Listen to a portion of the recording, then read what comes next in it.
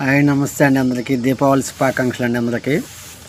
మనకి దీపావళిలో ఉపయోగించే టపాసులు ఉంటాయి కదండి, కాకరలు టపాసులు. అవి ఎలా తయారు చేస్తారో కొంతమందికి తెలియదు.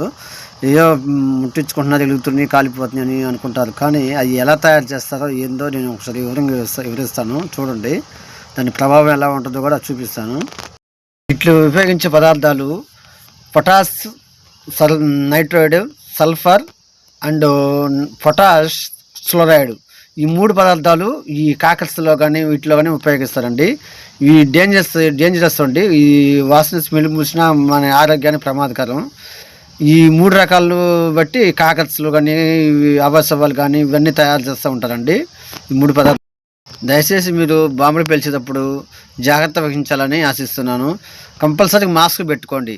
పొల్యూషన్ అది ఆ పొగ మనం పీల్చుకుంటే, మన పిల్లలు మనం పీల్చుకుంటే చాలా మన ఆరోగ్యం పాడవుతుందండి. దయచేసి మాస్క్ ధరించండి.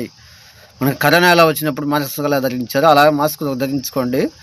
దూరంగా ఉండి పిల్లల్ని జాగ్రత్తగా పేల్చండి. ఇది నా సజెషను.